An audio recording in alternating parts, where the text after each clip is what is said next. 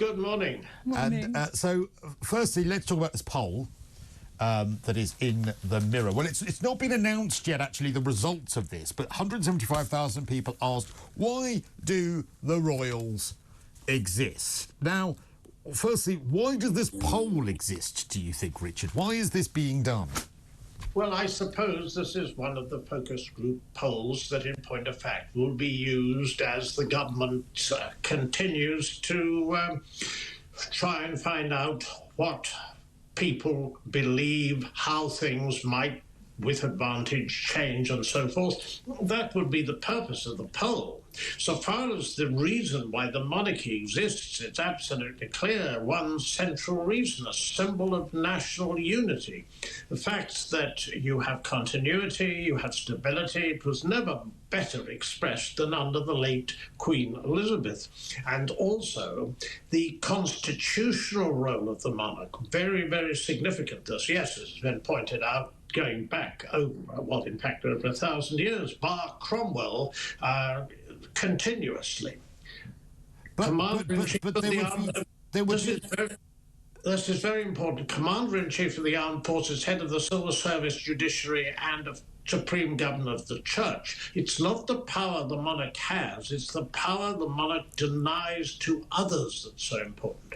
But there would be a lot of other people that would argue that there are many countries in the world that have continuity, they have stability, they have all of those virtues that you have just expressed, but they have an elected president.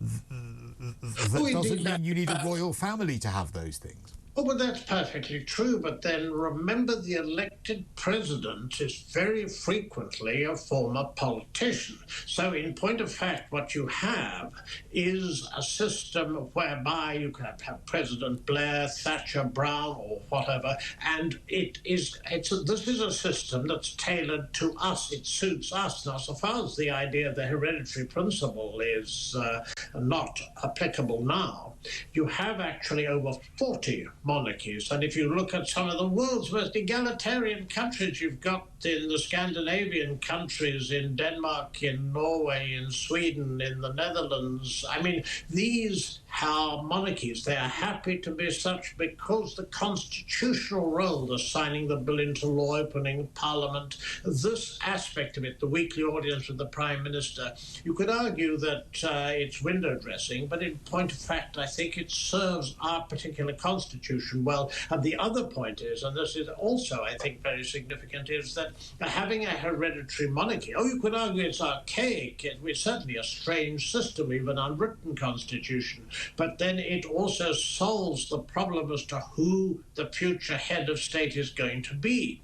So it suits us, and I would point out the polls reflect this. The facts are that there has been a very small bounce in the Republican support to something around 25%, but you've got over 2/3 who still support the monarchy in most recent polls. It's the 18 to 24-year-old group that has, in point of fact, been less pro-monarchy in very, very recent period, and this was, of course, particularly since the Oprah interview that the Sussexes gave. But the monarchy actually also has other benefits. I mean, you're looking at trips abroad, which is a projection of soft power at its best. You're also looking at whether it's royal warrants and royal patronages, which are so beneficial. There's the tourism argument. Brand Finance did surveys on this and showed enormous benefit, whether it's films like whether The Queen to The Crown, the television series.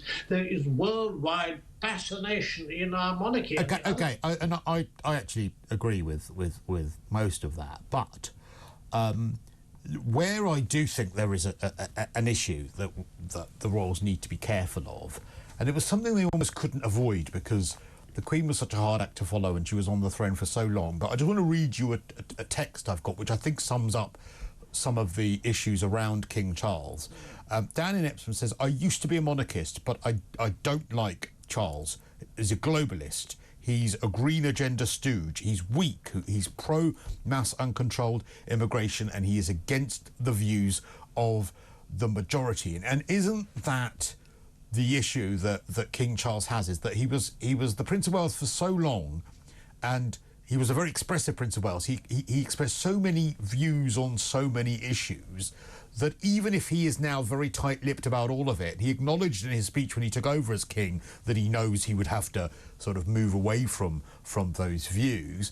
People know too much about what he thinks, and that weakens his position as an impartial monarch. No, if you look at the text, the argument, firstly, so far as his environmental credentials are concerned, I mean, this is mainstream. I'd make the point that everybody, I think, broadly speaking, agrees with a net zero target. How to get there? Now, there is an issue that he has obviously to be careful of, because that is becoming a party political issue, and that is different because it's one of the strengths of the monarchy that's above party politics. Regarding a globalist, and this is a view, I mean, so far as Prince of Wales is concerned, I mean, obviously the Queen, one of the strengths of the Queen is we didn't know her views on anything from Brexit to the portraits painted of her, but she grew up in a different generation, so she didn't give direct interviews to television. Charles, yes, we knew a great deal of his views from architecture to homeopathy to the environment, and he's able to be a convener for the environment. Remember, he gave the opening speech at COP28 in Dubai. That was, I think, very significant. But as I say, he won't do anything, or it's most unlikely, even if he is a bit of an activist at heart, that is party political, and that, yes, regarding migration, the reports were that he's regarded the government's Rwanda policy as appalling when Prince of Wales. Now, he has to be very careful of that, and he knows this. And I think that that text, I mean, it clearly, the person doesn't or didn't particularly approve of him as Prince of Wales. And so far as King is concerned, I think that if you look at the way he's handled his first year, he's done so very well. But I suppose the advice would be then to William, if I were giving Prince of Wales now advice, Prince William, I would say, look, it might be frustrating to be in that role, but if you want to avoid some of that criticism that is levelled at your father, you do have to remain tight-lipped. You can't stray into the realms of giving your opinion on architecture or on the environment as much as you might want to, because it is going to, unfortunately, leave you open to that criticism when you finally take the throne. Well, I mean, if you look at the way William has been the perfect diplomat, from lobbying in 2015 against the illegal wildlife trade in China in 2018, he was the first royal to pay an official visit to Israel and the occupied Palestinian territories in Jordan, then again to visit British troops. So would you say that William, perhaps a little less like his father? Now, I'm not tearing Charles to shreds, because I think it was difficult for him to have to be in the wings for so long. But do you think that so far, and looking ahead to 2024, Prince William is getting the balance right of us not really knowing what he thinks about a lot of things? Well, I think we have to look at a recent interview that Prince William gave, where he made it clear that he wanted to change the way things were being done, and he was specifically referring to issues, of course, dealing with homelessness. Then there's mental health he's campaigned on, and of course there's the environment with the Earthshot Prize, which I think is important.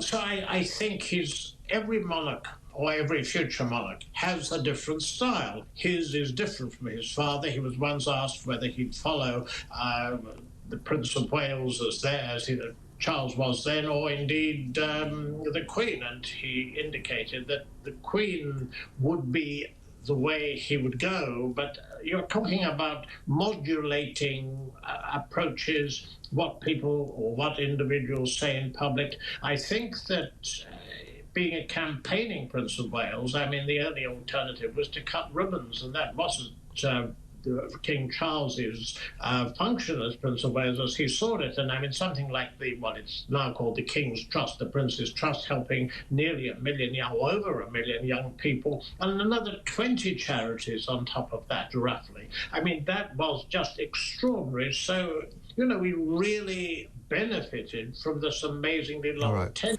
What's the problem? The problem is now that only 4 working royals are under 70, and to do the royal engagements that they used to, there'll be much fewer in the future. Slimline monarchy was a nonsense.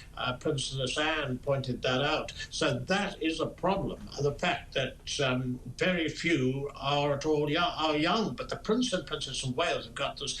They're the world's most glamorous couple. I mean, a royal couple. There's this tremendous... Well, they've only got a few years to wait until hopefully Prince George is old enough to be able to do a few engagements. But we must talk about, when it comes to the slimline monarchy, we can't finish without looking ahead to 2024 and the thorns in the side of the monarchy, and that is, of course, the Duke and Duchess of Sussex, the Harry and Meghan drama. Do you think it's inevitable we're going to have more shots fired by them over the course of the next year at their family, and hear more from them, more complaints, more, accusations and more gripes from them, which of course is what they really need to monetize to survive? Yes, well, this is a very important point, because, as we all know, there's a very deep rift in the royal family. It's a hard question to answer, because on the one hand, the Sussexes have had a pretty terrible year. The Hollywood Reporter's called them losers. South Park has sent them up. You've had Harry's memoir, though it sold well, Spare, which was an absolute catastrophe when it came to some of the contents. And then you ended with this fiasco of Omid Scobie, who, in my opinion, is very close to them, though it's denied with Endgame. There's no doubt that the only way it seems clear that the Sussexes can earn money is by trashing the royal family, but that is making them increasingly unpopular. William, in fact, in the Gallup poll, was voted in America to the world's most popular, America's most popular public figure, and Kate was voted in the Daily Mail poll very highly in the States. There's no doubt the Sussexes brand, they don't seem to be on a path to anything, and that is the worry. She hasn't got into politics. They haven't done much in philanthropy except what Harry did before he married Invictus, Well-Child, Sentibale. And so far as the court cases are concerned, I think the fact that he said it's his life work to clean up the British media or the British press, I mean, it's that he's concentrating on. But what will they do that's positive? We simply don't know. And this is the big question mark, because it attracts enormous worldwide controversy. And this is the downside of having the world's most high-profile monarchy. When things go wrong, and they have with Andrew, and of course they have with the very substantial rift with the Sussexes, that gets maximum publicity. So that is a worry for the future, absolutely. Right. Listen, good to talk to you. Good to get you up to date on what's going to happen in 2024. I think there's going to be more moaning from Montecito. That's Richard Fitzwilliams.